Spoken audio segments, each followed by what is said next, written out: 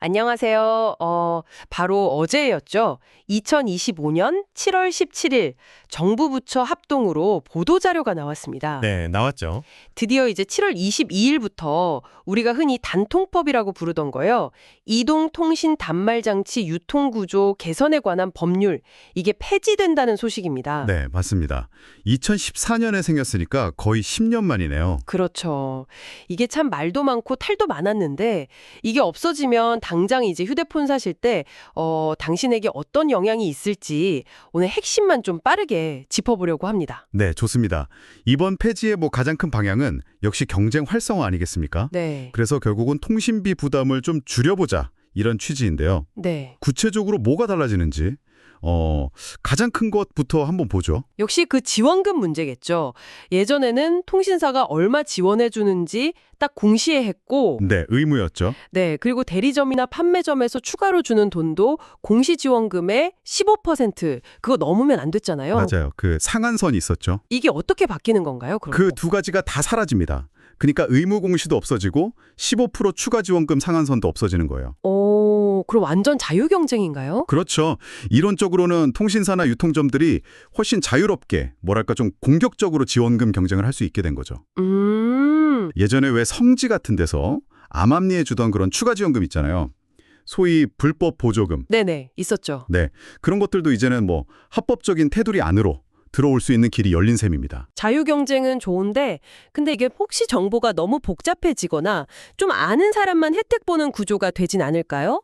예를 들어 번호 이동하는 사람한테만 막 지원금을 몰아준다거나? 그거 아주 중요한 지적인데요. 실제로 이번에 바뀌면서 가입 유형, 그러니까 번호 이동이냐, 신규 가입이냐, 기기 변경이냐, 또는 어떤 요금제를 쓰느냐에 따라서 지원금을 다르게 주는 거, 그것도 이제 금지되지 않습니다. 오, 그것도 풀리는군요. 네, 이것도 폐지가 되는 거예요. 그러니까 경쟁을 더 활성화하겠다는 취지인데 말씀하신 대로 정보 얻기 어려운 분들은 오히려 좀 불리해질 수도 있는 거죠. 그럼 정보 격차가 더 커질 수도 있겠네요? 그럴 수 있죠.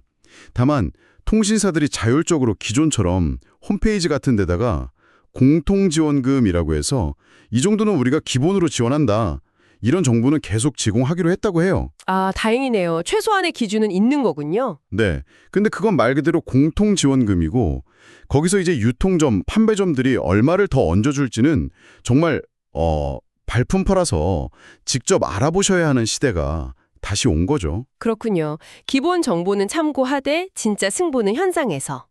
알겠습니다. 자, 그럼 다른 옵션이요. 지원금 안 받고 매달 요금 할인 받는 거, 선택 약정. 이건 어떻게 되나요? 네, 그건 그대로 유지됩니다. 지금처럼 25% 요금 할인 받으실 수 있어요. 아, 다행이다. 근데 여기서 진짜 중요한 변화가 있습니다. 당신에게 아주 유리한 변화인데요. 오, 뭔가요? 기존에는 이 선택 약정 25% 할인을 받으면 유통점에서 주는 추가 지원금 있잖아요.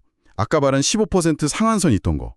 그걸 못 받았거든요. 맞아요. 둘 중 하나만 됐었죠. 네. 근데 이제 그 제한이 사라집니다. 와, 잠깐만요. 진짜요? 그럼 25% 요금 할인을 받으면서 동시에 유통점에서 자체적으로 주는 추가 지원금, 이제 상한선도 없어진 그 지원금을 같이 받을 수 있다고요? 네, 정확합니다. 이론상으로는 그게 가능해진 거죠. 이게 아마 이번 변화로 소비자들이 가장 크게 체감할 수 있는 혜택 중 하나일 겁니다. 이야, 이건 정말 큰데요? 그렇죠. 그러니까 지원금을 받던, 요금 할인을 받던, 이제는 유통점에서 추가적인 혜택, 사은품이든 현금이든 그런 걸 받을 가능성이 열린 겁니다. 가능성이라고 말씀하시는 이유는? 물론 유통점마다 정책이 다를 테니까요. 모든 곳에서 다 파격적으로 줄지는 그건 좀 지켜봐야겠죠. 그래도 이전보다는 확실히 조건이 좋아진 거죠. 와, 선택지가 진짜 다양해졌네요. 근데 이렇게 지원금 구조가 복잡해지고 그러면 계약할 때 좀 속거나 나중에 말이 달라지는 경우는 없을까요?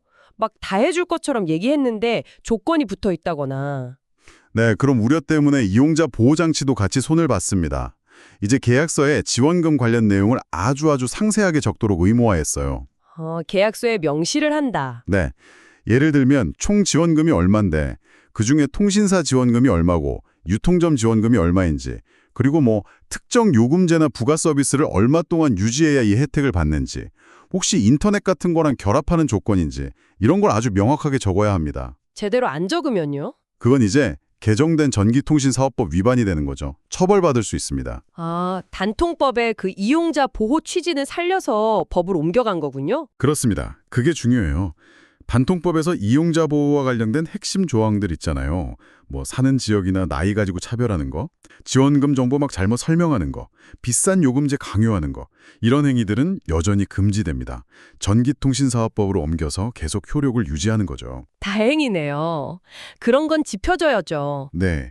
그리고 정부에서도 통신사들이랑 TF 같은 걸 만들어서 시장이 너무 과열되거나 불공정 행위가 없는지 계속 지켜보고 필요하면 행정지도 같은 걸로 개입하겠다고 하니까요. 초기 혼란을 좀 줄여보려는 노력은 하는 것 같습니다. 알겠습니다. 자, 그럼 오늘 이야기 슬슬 정리해 볼까요?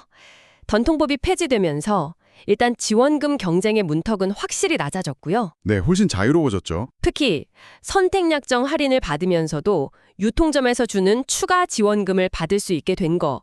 이게 당신의 선택폭이랑 혜택 가능성을 크게 넓혔다. 이게 중요하고요. 그렇죠. 동시에 계약 내용은 더 투명하게, 꼼꼼하게 적어야 하고 기존의 중요한 이용자 보호 장치들은 계속 유지된다는 거. 맞습니다. 결국 이제 핵심은 정보 탐색 그리고 비교가 될 것 같습니다. 통신사나 유통점의 자율권이 더 많이 생긴 만큼 진짜 나한테 제일 좋은 조건이 뭔지 이걸 찾아내려는 노력이 더 중요해진 거죠. 이 시장 변화가 정말 모든 소비자한테 골고루 혜택이 돌아가는 방향으로 갈지 아니면 아까 말씀하신 것처럼 정보를 잘 아는 사람한테만 유리하게 작용할지는 이건 좀 더 지켜봐야 할 문제인 것 같습니다. 네, 오늘 저희가 쭉 살펴본 내용이 당신이 다음에 휴대폰 구매하실 때 좀 실질적인 도움이 되면 좋겠습니다. 네, 도움이 되셨기를 바랍니다. 이어 정보를 더 열심히 찾아야만 하는, 그래서 정보 격차를 더 벌이는 결과로 이어질까요? 정말 어려운 질문이네요. 앞으로 시장이 어떻게 흘러갈지 정말 예의주시해야 할 것 같습니다.